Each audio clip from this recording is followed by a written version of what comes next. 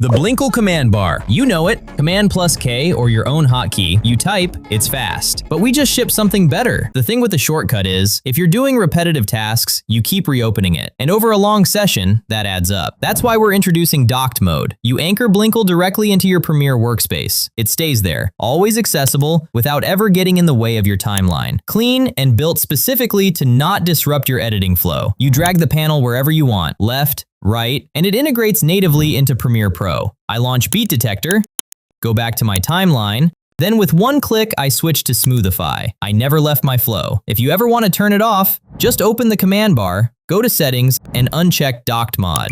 If you have long sessions with a lot of back and forth between extensions, docked mode genuinely changes how comfortable your work feels. Blinkl is free, link in the description.